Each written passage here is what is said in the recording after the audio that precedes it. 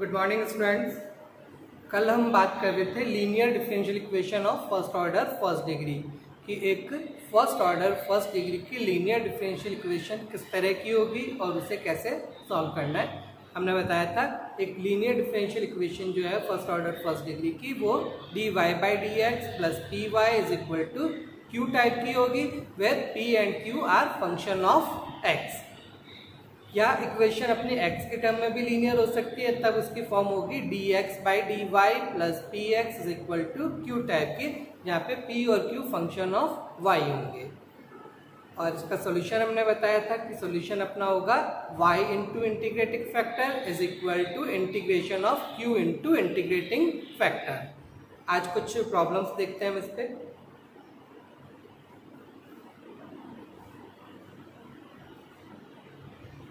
एक प्रॉब्लम हम देखेंगे, दे रखा है हमें sec x into dy by d x is equal to y plus sine x.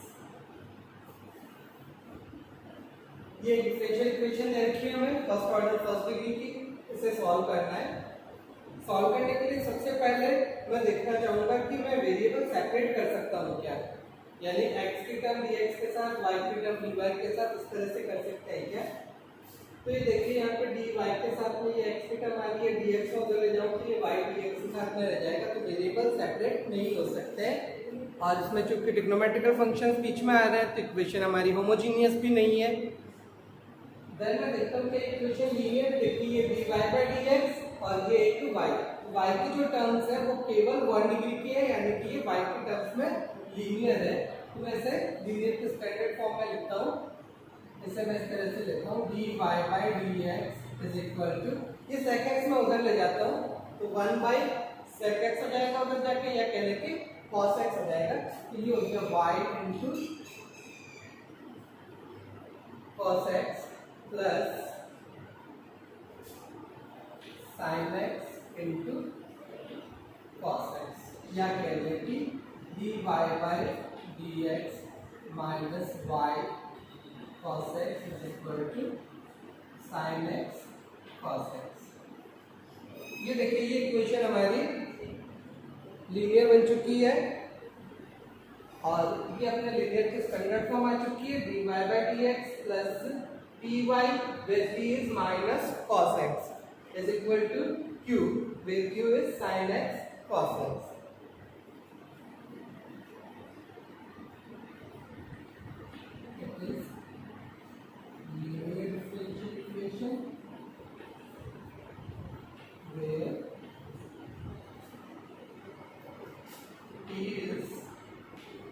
Minus cos x and q is sin x cos x. So its integrating factor, मैं short में इसे IF लिखूंगा, integrating factor.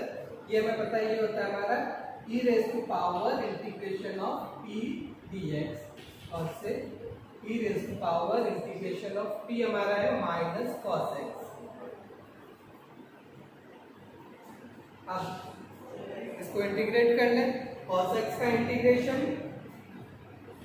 sin x, तो ये हो गया हमारा e raise to power minus sin x। ये इसका इंटीग्रेशन आ गया, इंटीग्रेटिंग ये इसका इंटीग्रेटिंग फैक्टर आ गया e raise to power minus sin x। अब हम करेंगे नाउ इट सॉल्यूशन इज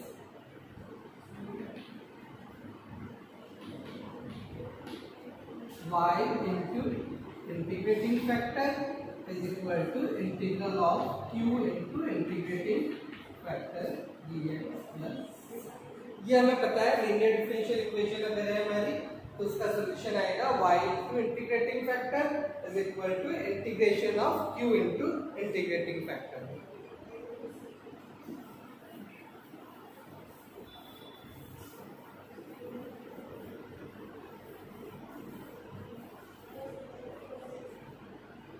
अब यहाँ इंटीग्रेटिंग फैक्टर की वैल्यू डाल दें तो ये हो गया y इंटू इंटीग्रेटिंग फैक्टर हमारा था e raise to power minus sine x, y into e raise to power minus sine x is equal to integration of q into integrating factor, q is sin x cos x।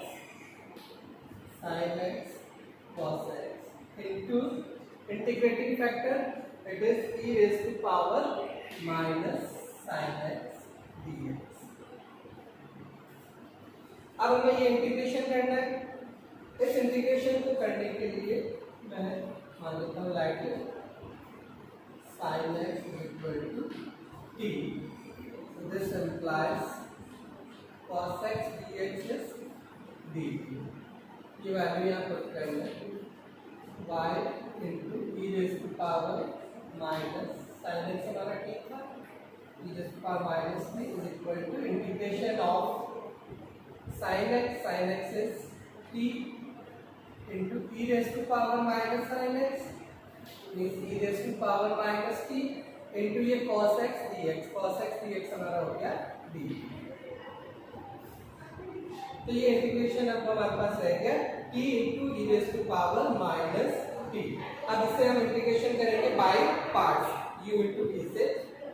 By parts अगर इसको integrate करते हैं तो islet के accordingly, islet फॉर्मूले के हिसाब से अगर हम देखें तो फर्स्ट फंक्शन हमारा t into integration of second यानी कि इंटीग्रेशन ऑफ e की power minus t which is minus e की power minus t minus integration of differential of first t का derivative that is 1 into integration of second that is minus e की power minus t dt plus d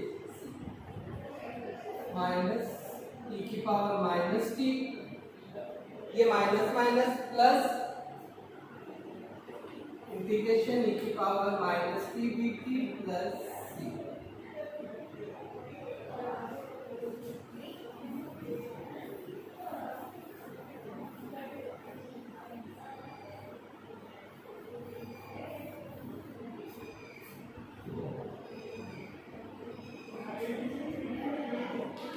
तो ये हमारे पास रह गया y into e raised to power minus t is equal to minus t e raised to power minus t और अब इसे integrate करना है e की पावर माइनस t का इंटीग्रेशन हो गया अपना माइनस e की power minus t plus c।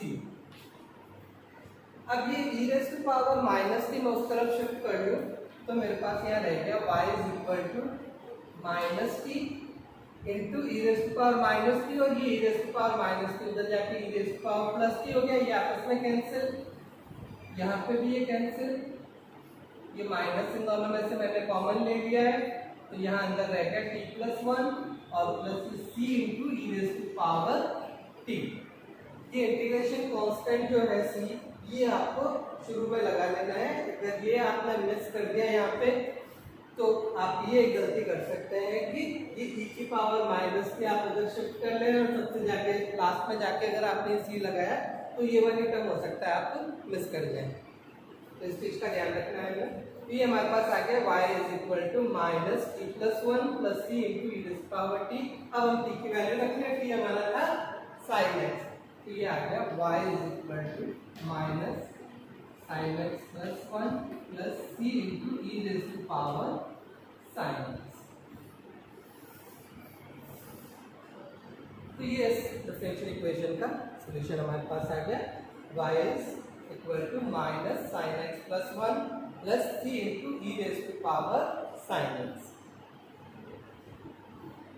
तो ये हमने देखा कि डिफरेंशियल इक्वेशन अगर हमारी dy by d x plus p y equal to q type की हो तो किस तरह से हमने सॉल्व किया। एक एग्जांपल और देखते हैं। अब हम देखते हैं कि इक्वेशन अगर हमारी dy by d x plus p y equal to q type की नहीं होके dx by d y plus p x equal to q type की हो, यानी कि x के टर्म में लीनियर हो।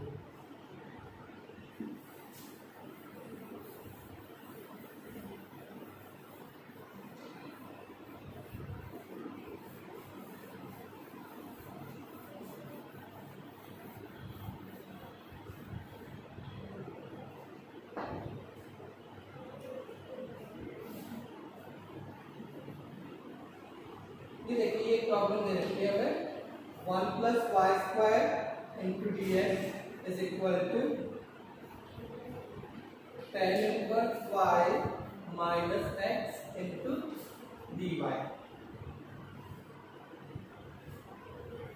ये फर्स्ट ऑर्डर फर्स्ट डिग्री की डिफरेंशियल इक्वेशन, इसे सॉल्व करना है।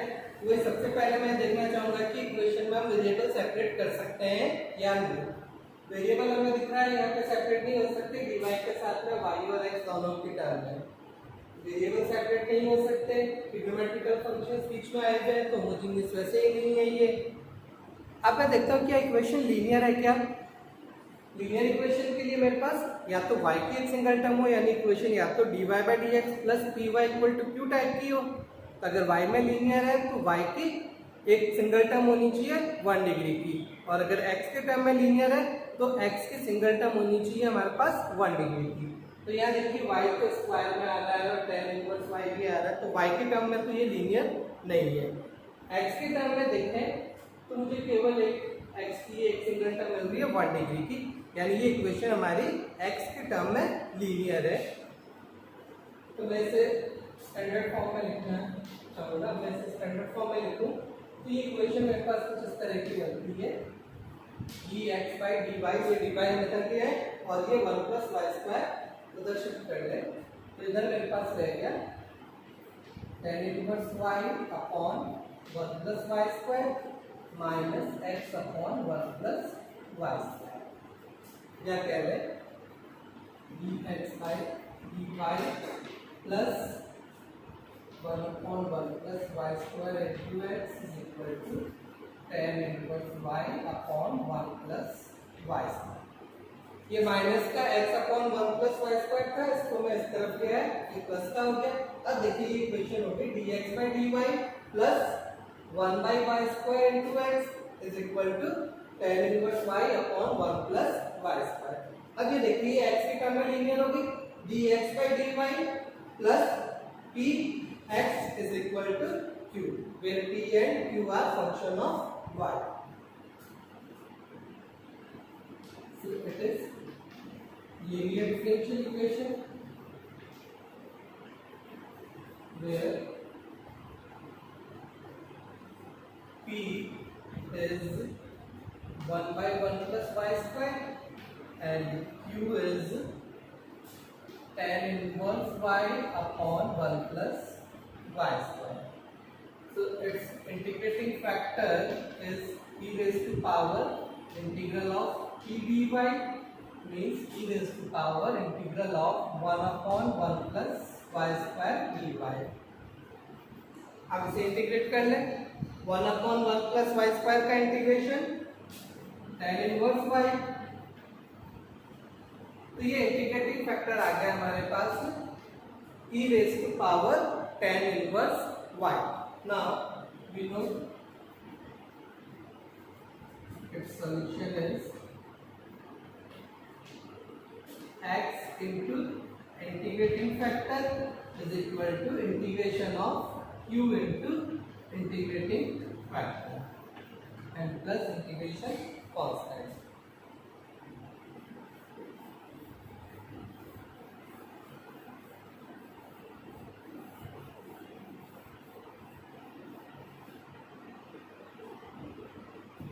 अब देखिए इंटीग्रेटिंग फैक्टर की वैल्यू डालना, तो ये मेरे पास हो गया x इनटू इंटीग्रेटिंग फैक्टर यानी e raised to power tan inverse y is equal to integration of q is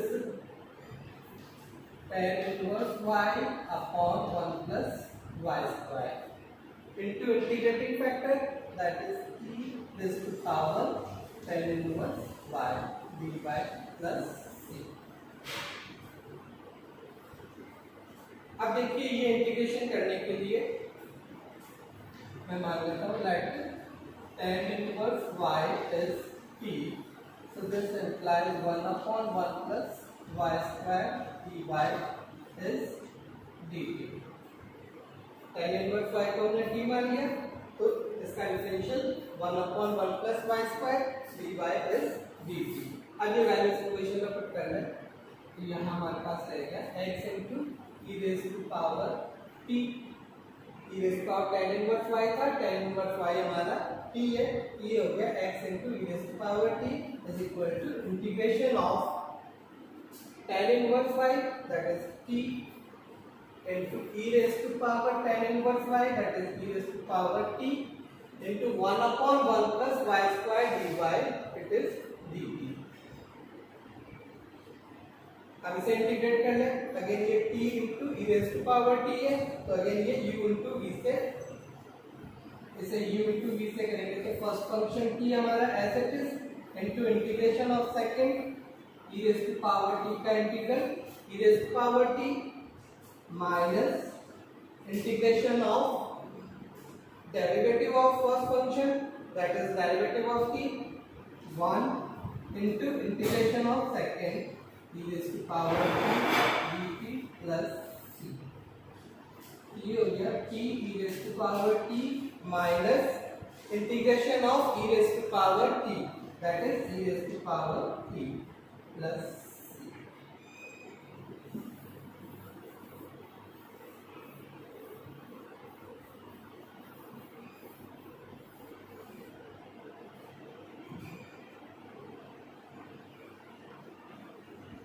अब ये देखिए हमारे पास इधर था x into e raise to power t, ये e raise to power t मैं इस तरफ शिफ्ट कर लूँ तो मेरे पास रह जाएगा x is equal to t minus 1 plus c into e raise to power minus t। ये e raise to power t e raise to power t ये दोनों तो कैंसिल हो गए इससे, और ये c इंटू रह जाएगा e raise to power minus t। अब t की वैल्यू पुट कर लें, t हमारे पास क्या था, t हमने माना था tan इनवर्स y, तो ये हो गया tan inverse y minus 1 plus c into e raise to power tan inverse y। तो ये हमारा सॉल्यूशन आ गया, x is equal to tan inverse y minus 1 plus c into e raise to power tan inverse y। तो ये हमने देखा कि इक्वेशन हमारी अगर x की टर्म में लीनियर हो तो हमें किस तरह से सॉल्व करना है, और पहले हमने देखा था कि इक्वेशन अगर हमारी y की टर्म में लीनियर हो तो हमें कैसे सॉल्व करना है। तो ये हुआ कि एक डिफरेंशियल इक्वेशन जो कि लीनियर है उसे हम किस तरह से सॉल्व कर सकते हैं। फर्दर नेक्स्ट पीरियड में हम और आगे डिस्कस करते हैं। Thank you.